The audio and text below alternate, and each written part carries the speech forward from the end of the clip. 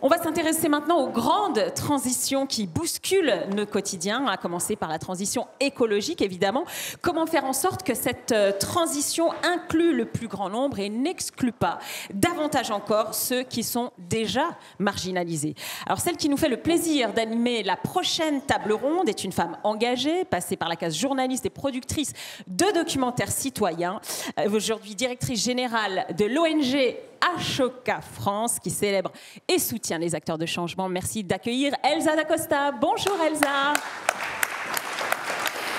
Je vous laisse tout de suite la parole parce que vous l'avez compris, le temps est compté. Vous avez une bonne demi-heure. Pas assez pour les bons sujets, malheureusement, mais Absolument. on va faire en sorte de rattraper. Ah ouais, j'ai le mauvais rôle là pour le coup. Je sais bien, mais vous le faites extrêmement bien et merci beaucoup Aïda. Alors, sans plus attendre, je vais vous demander d'accueillir sur ce super sujet, comme l'était évidemment le précédent, Claire Tutenuy, qui va nous rejoindre et qui est déléguée générale des entreprises pour l'environnement, suivie de Youssef Achour, président de UpCop, Philippe Collin, directeur de l'organisation des ressources humaines du groupe Lafarge.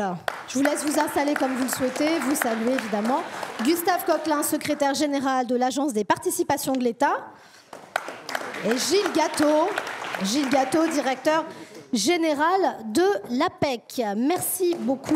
Oui, tout le monde a le droit à ces applaudissements. Je vous laisse vous installer tranquillement, prendre les micros qui vous sont dévolus pour qu'on attaque clairement notre sujet. 800 000 emplois créés dans le secteur de la transition écologique, c'est ce que l'ADEME nous dit en investissant évidemment dans l'inclusion économique, puisque c'est l'affaire de tous, c'est un gisement partagé d'opportunités.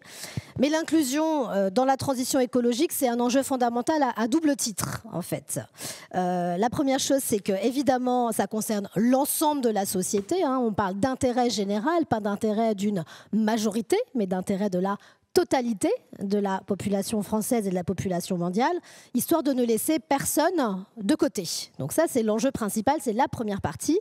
Deuxième partie, c'est aussi une opportunité unique pour faire en sorte d'avoir enfin ce fameux récit commun qu'on appelle de nos voeux, ce qui était souligné par ce que disait Salomé Berlioux juste avant, justement de garantir l'arrêt total de l'invisibilité en fait d'une certaine catégorie de population, voire de nombreuses catégories de population, parce que c'est valable pour les jeunes ruraux, c'est valable pour les jeunes des quartiers, c'est valable pour les jeunes tout court, c'est valable pour les femmes, c'est valable pour, on peut comme ça aller à l'envi sur un grand nombre de populations qui ne sont pas suffisamment représentées dans l'espace médiatique pour pouvoir exister dans l'espace public. Donc cette dynamique, elle revêt plusieurs enjeux, un enjeu de formation professionnelle pour vos modèles économiques et pour les actions que vous opérez auprès de vos parties prenantes, de sensibilisation aussi auprès du plus grand nombre. Et puis voilà, c'est une dimension essentielle pour bâtir ensemble ce récit. Je pose un peu les enjeux dont on a pu parler avec certains d'entre vous pour préparer cette table ronde. Claire Tutenuy, la première question, elle est pour vous. Votre association, elle regroupe à peu près 67, je ne me trompe pas, vous me dites si je fais des erreurs, parce qu'on est aussi dans du fact-checking permanent maintenant, donc c'est important. Voilà, donc 67 entreprises et elle porte l'environnement dans sa dénomination même, parce que je rappelle, c'est entreprise pour l'environnement. Elle existe depuis un grand nombre d'années, donc vous n'avez pas attendu nos sujets prégnants pour pouvoir vous investir sur ces sujets-là. Quel constat portent ces grands groupes sur la nécessaire association, justement, et je rappelle bien nécessaire association de l'inclusion économique dans la transition écologique ? Merci beaucoup. On a effectivement travaillé exclusivement sur l'environnement jusqu'à environ 4-5 ans.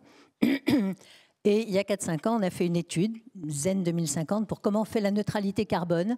Et un des grands patrons qui sont là, Xavier Huillard, très précisément de Vinci, qui d'ailleurs travaille avec Mosaïque, nous a dit, attendez, vous ferez la transition écologique si vous trouvez les gens pour la faire. Et du coup, ça fait 5 ans qu'on regarde ça, qu'on le regarde sérieusement. D'ailleurs, on l'a porté au CESE et on a produit, j'ai co-rapporté un rapport sur le sujet l'année dernière sur les emplois et la transition écologique. Et je vais vous montrer du coup quelques chiffres qui sont partagés, qui ne sont pas que les nôtres. Il y a quelques chiffres d'abord. Et j'avais envie de vous poser une question. Qui est-ce qui travaille pour la transition écologique dans son activité professionnelle ? C'est encore un tout petit nombre, mais si vous regardez ce qui a marqué sur le chart, le premier chiffre, c'est qu'en fait, tous les métiers doivent se transformer parce que la transition, c'est l'affaire de tous.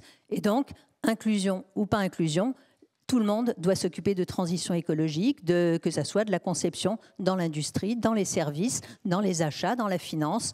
Et le fait que les entreprises de PE soient de tous ces secteurs montre qu'en effet, et on y travaille activement, dans tous les métiers de l'entreprise, ce sujet devient un sujet à prendre en charge. Donc même si votre métier ne s'appelle pas transition écologique, pensez-y quand vous l'exercez, et en particulier dans les RH évidemment, où ce qu'on constate, c'est qu'il y a énormément de métiers qui vont changer, puisqu'ils doivent embarquer ça, énormément de formations à faire, et également énormément d'emplois qui vont être créés, d'emplois nets, parce qu'il y a des emplois qui vont disparaître. Je ne vous cache pas que la fabrication de moteurs thermiques et de voitures thermiques va devoir se transformer et a commencé à se transformer.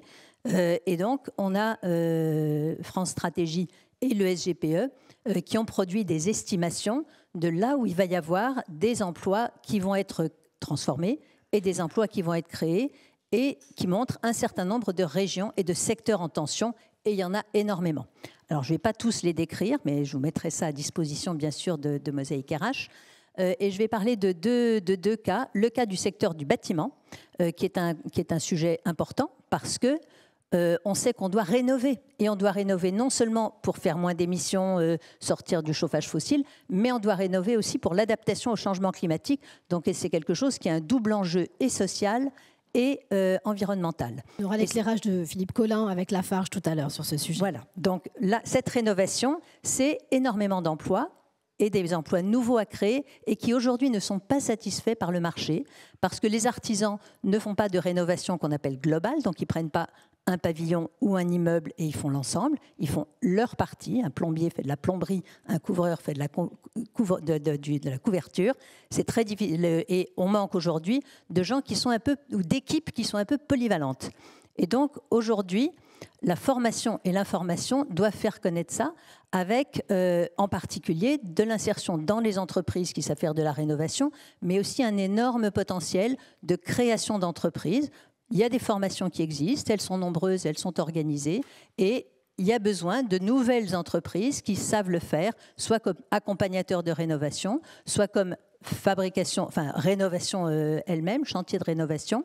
Et donc là, c'est des dizaines, des centaines de milliers d'emplois qu'il va falloir créer ou transformer.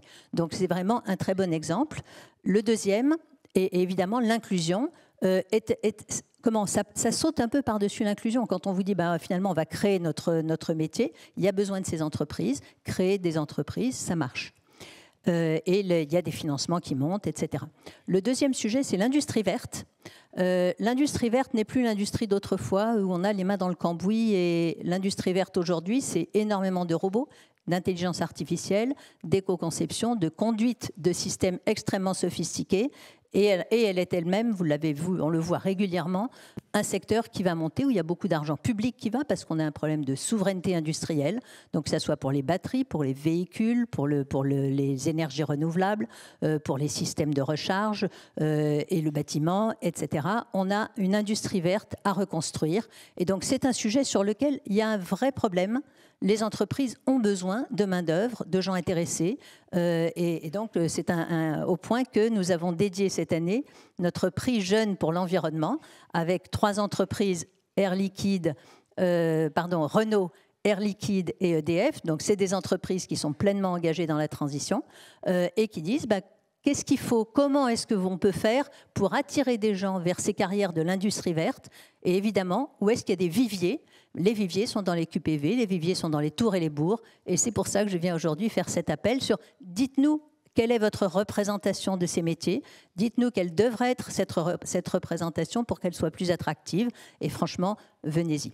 Alors, il y a attirer et puis il y a former, évidemment, à ces métiers pour le futur. Gilles Gâteau, je rappelle que vous êtes directeur général de l'APEC. Comment l'APEC, justement, anticipe ces transformations de métiers, notamment pour les cadres? Quels efforts vous mettez en place pour faire en sorte que cette transition, elle soit la plus inclusive possible? Alors, l'APEC, nous, notre terrain de jeu, ce sont les cadres et les jeunes diplômés. Donc, on est plutôt dans la partie qualifiée, mais vous avez raison de rappeler qu'il n'y a pas que des emplois extrêmement qualifiés liés à la transition écologique. Il y a toute la gamme des emplois, y compris donc des emplois très qualifiés. Et je vais abonder exactement dans le même sens pour dire que, bien sûr, on s'intéresse à ce qu'on appelle les métiers verts. Il y en a des métiers verts cadres, mais c'est une petite minorité, hein, c'est un peu à l'image des mains qui se sont levées tout à l'heure. À peu près 2% des emplois cadres contribuent de façon directe aux enjeux de transition écologique. Mais par contre, la masse des autres emplois qui se verdissent, comme on dit, hein, les emplois verdissants, à peu près 2/3 aujourd'hui des emplois cadres sont des emplois qui se transforment en lien avec cette transition. Aujourd'hui, un directeur des achats qui sait compter en euros, mais qui ne sait pas compter en émissions de CO2, il ne peut plus vraiment faire son boulot de directeur des achats parce que cette dimension, elle est prise en considération. Et on pourrait multiplier des exemples de ce type. Donc, la première priorité pour nous, c'est d'accompagner et de documenter d'une certaine façon la prise de conscience de ce qui va se transformer, de ce qui est déjà en train de se transformer dans les besoins de compétences associés à des métiers qui sont pourtant des métiers parfois complètement traditionnels et qui ne vont pas forcément changer d'intitulé, mais dont le contenu même va changer. Un banquier, là aussi, quand il va accorder des financements à des projets liés à cette transition, il doit avoir des compétences qu'il n'a pas aujourd'hui. Alors, ce qu'on a mis en place à l'APEC pour ça, il y a un outil assez central qui s'appelle le Conseil en évolution professionnelle. Hein. On a accompagné pratiquement 100 000 cadres cette année dans ce Conseil en évolution professionnelle. Eh bien, on lui a intégré un bloc, un module en quelque sorte autour de comment est-ce que la transition écologique a déjà ou va avoir des impacts dans mon métier, qu'est-ce que moi-même je perçois et comment nous-mêmes, à travers les études qu'on multiplie sur ce sujet, on peut aider à documenter les choses. Ça ne suffit pas évidemment à relever le défi de l'inclusion qui nous réunit aujourd'hui. Celui-là, il est vrai pour les métiers de la transition, les métiers verts, les métiers verdissants et les autres métiers. Il est partout, il est tout à fait transverse, mais je trouve que c'est très important que Mosaïque ait, vraiment, je vous félicite pour ça, ait mis ce thème des transitions à l'ordre du jour, parce que d'une certaine façon, elle focalise beaucoup de nos attentions. Alors la transition écologique, peut-être pas assez, mais en tout cas, l'irruption de l'IA, ça c'est clair qu'aujourd'hui tout le monde est bien conscient qu'on est dedans. La transition démographique, qu'on le veuille ou non, de toute façon elle nous rattrape. Hein, le vieillissement, il est là, de la population active. Les changements du rapport au travail, ils sont là aussi. Et le défi de tous ces défis, c'est justement qu'il n'y en a pas qu'un, qu'il y en a plusieurs et qu'il faut les affronter tous à la fois et simultanément. Et le faire en refondant, j'ai bien aimé ce qui a été dit ce matin, finalement, de profiter aussi de cette opportunité pour refonder dans une logique inclusive, ce qui n'est pas gagné. Et là aussi, ce qu'on voit autour de nous, de l'autre côté de l'Atlantique et partout, il y a des backlash qui peuvent nous menacer aussi derrière cette idée d'inclusion. Donc c'est un combat qu'il faut vraiment mener. Mener de concert et en fait c'est une sorte de poupée gigogne parce que la population cadre elle aussi est touchée par l'inclusion sociologique, donc nécessite aussi de pouvoir bénéficier de certains soutiens pour pouvoir ensuite transitionner vers des métiers qui vont être des métiers écologiques. Donc elle n'est pas exempte non plus d'une certaine volonté de se transformer. Alors Youssouf Achour, je rappelle que vous êtes président, Youssef pardon, que vous êtes président, c'est mes lunettes ce matin, j'ai eu un peu de mal, je dois vous avouer, mais je raconterai les coulisses après. Vous êtes président du groupe UP, que vous présidez depuis un certain temps, et le groupe a 60 ans. L'humain est au cœur de l'ADN du groupe, notamment basé sur un modèle qui est coopératif. J'ai une question pour vous qui concerne peut-être une piste de solution pour les autres entreprises qui n'ont pas tout à fait les mêmes modèles d'organisation que la vôtre. Comment l'inclusion sociale, elle peut alimenter l'innovation dans tous les projets et a fortiori dans des projets de transition écologique? Bonjour à toutes, bonjour à tous, merci. Je pense que d'abord, même si nous sommes une entreprise coopérative depuis 60 ans et effectivement une coopérative de salariés, une SCOP, je crois qu'on est comme toutes les entreprises. Nous vivons une sorte de double objectif, et de plus en plus dans la société d'aujourd'hui, c'est celle d'être une entreprise rentable, qui gagne de l'argent, et en même temps une entreprise qui n'est pas déconnectée de la société aujourd'hui dans laquelle nous vivons et avec tous les enjeux, tous les défis qui sont posés à la société. On a donc une mission, on a donc un rôle au travers de l'engagement que nous menons. Engagement en interne, de par nos obligations de société coopérative en matière de gouvernance, en matière de partage de la valeur, mais aussi vers l'externe pour avoir une contribution, être un acteur qui contribue à participer à résoudre les grandes questions sociétales ou sociales ou environnementales. Et au travers de cela, je crois que toutes les entreprises s'interrogent et essayent d'apporter des réponses à ces questions-là. Comment on gagne de l'argent et surtout comment on gagne de l'argent en étant utile à la société. Après, chacune a ses caractéristiques, a ses particularités. La plupart des entreprises, je crois, en tout cas les grandes entreprises ou au moins jusqu'au niveau des grandes PME, travaillent sur ce qu'on appelle la démarche RSE, sur la façon de pouvoir concilier cette problématique économique avec d'autres sujets. Nous, en tant que coopérative, en tant qu'entreprise coopérative, ces sujets, on les traite, on est face à plusieurs situations. D'abord, un patrimoine, une situation particulière. On est une entreprise coopérative et en plus, pour nous, l'inclusion n'a jamais été un sujet pour plusieurs raisons. D'abord parce que notre histoire, elle est fondée sur le fait qu'on est une entreprise qui accueille et qui donne sa place à toutes les personnes qui rentrent dans l'entreprise. Quelle que soit sa nature, et on n'a jamais travaillé sur effectivement cet aspect de prise en compte des différences. C'est quelque chose de naturel.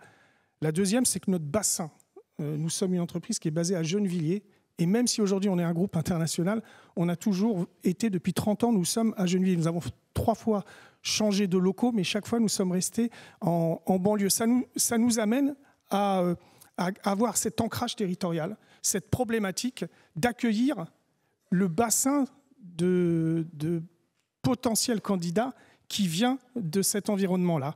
Donc ça nous fait progresser énormément et ça nous fait prendre en compte le fait qu'une ville comme Gennevilliers, c'est une ville qui a énormément changé, une ville qui a évolué avec la société, mais qui en même temps, il y a l'arrivée de nouvelles populations qui sont exclues de Paris. Donc vous voyez que la question de l'inclusion, qui ne peuvent pas accéder à Paris, et puis celles qui étaient là il y a 30 ou 40 ans et puis qui sont restées et pour lesquelles les populations sont des populations issues de l'immigration ou issues de différentes situations qui ne sont pas forcément celles qui correspondent à la classification qu'on se fait de Paris. Et puis après, nos produits et la manière, en étant une entreprise de l'économie sociale et solidaire, c'est vrai que nous avons, dans ce que nous sommes et ce que nous faisons, nous avons travaillé vraiment sur la question de la territorialité. Le fait, effectivement, d'être une entreprise qui est sur les territoires et qui sert les territoires. Nos titres, les titres restaurants, les titres de services, les cadeaux, etc., sont des solutions qui animent le local, qui permettent effectivement cette dynamique sur le territoire. Et la question de l'inclusion, on la prend aussi de cette façon-là.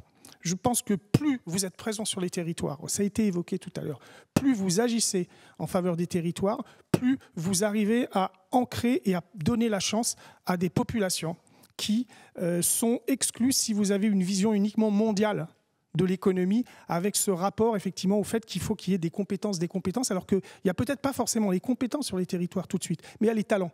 Et ces talents, il faut effectivement leur donner cette possibilité de pouvoir se développer. Et puis, en termes de rôle entre l'inclusion et l'environnement, en fait, c'est que je pense, effectivement, ça a été dit à plusieurs reprises, je crois que nous avons une responsabilité, c'est celle de faire que la consommation responsable, qui est l'axe de notre stratégie aujourd'hui, le fait de développer la consommation responsable, donc la consommation sur les territoires, donc la manière de créer de la richesse sur les territoires, est une chance pour l'inclusion. Parce que je pense que ça permet, c'est une chance pour l'inclusion et c'est une chance pour l'environnement, parce que je pense que ça permet de relier ces deux univers, celle de l'inclusion, celle des territoires, 3 univers, des territoires et celle de l'environnement, parce que je pense que ça a été dit, les barrières ne sont plus tout à fait aussi fermées que lorsque nous sommes sur des critères habituels de recrutement. On peut donner plus de chances parce que la transition écologique rebascule les cartes. Rebascule les cartes, et je crois que c'est là où nous devons travailler en tant qu'entreprise, c'est faire en sorte que ces questions liées à la transition écologique permettent de donner plus de place pour les entreprises au fait d'accueillir des populations auxquelles on ne pensait pas forcément, parce que le niveau de scolarité ou le niveau d'éducation permet d'ouvrir des portes à des catégories de personnes qui ont cette possibilité de pouvoir sauter une étape, passer un cap. Alors Youssef, le temps tourne, vous savez. Ah oui, je suis désolé. Et je vois Aïda qui me regarde déjà avec des yeux très noirs. Ouais, j'invite vraiment tous les intervenants à regarder le petit timer. Absolument. Alors, il est pas là par hasard. Voilà. Mais Aïda, on nous a sucré 10 minutes en arrivant dès le départ. Oui, je tiens quand même à le préciser. On enchaîne.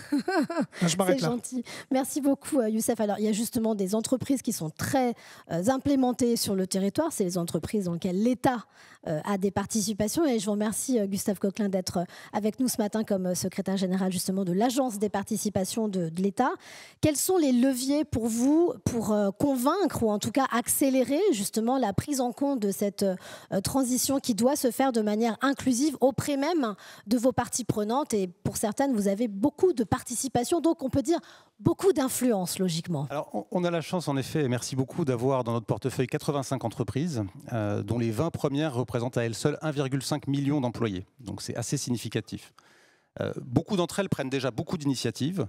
On parlera d'électrification tout à l'heure. Je pense à Enedis qui doit opérer 10 000 recrutements par an et qui développe pour cela dans 100 lycées en France un BTS sur les réseaux électriques. EDF et RTE sont aussi dans la salle et je pense partageront leur expérience. Pour la table ronde d'après, on fait de la promotion pour la table ronde suivante. Renault avec la Renault University, la SNCF avec les campus de mobilité durable, donc beaucoup de choses qui sont déjà à l'œuvre dans nos entreprises. Nous, ce qu'on va essayer de faire en tant qu'État actionnaire, c'est de mettre en réseau, de soutenir ces initiatives et donc de proposer à partir de l'année prochaine à ces entreprises de se réunir dans un cercle des directrices et directeurs RH de l'Agence des participations de l'État pour précisément identifier, disséminer les meilleures pratiques et faire en sorte que nos entreprises soient réellement motrices en matière d'inclusion, de formation, de recrutement, de diversité. On a avec la transition écologique, je crois, une formidable opportunité de réindustrialisation, d'emploi, de cohésion sociale aussi avec la formation. Et donc notre rôle en tant qu'État actionnaire, ça va être de soutenir ces initiatives et de faire en sorte que nos entreprises qui sont les plus avancées en la matière puissent aider toutes les autres. Je pourrais être beaucoup plus disert, mais je vous propose d'en arrêter là pour laisser la parole au suivant. À Philippe, parce qu'effectivement, on est déjà en négatif sur le temps, vous l'avez vu. Philippe Collin, merci beaucoup d'être avec nous. Je rappelle que vous êtes directeur des opérations chez Lafarge et pas que, vous avez un rôle central.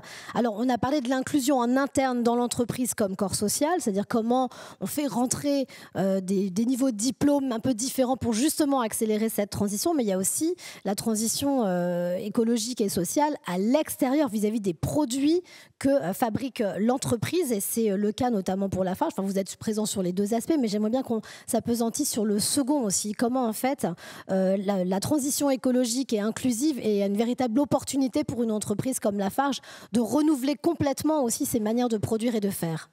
Et on parlera aussi de Gennevilliers de mémoire, parce qu'à Gennevilliers, vous avez aussi un bassin de tests de laboratoire. Alors bonjour à toutes et à tous. Effectivement, donc Lafarge, on est moteur sur les nouvelles solutions de construction, sur les nouveaux matériaux de construction.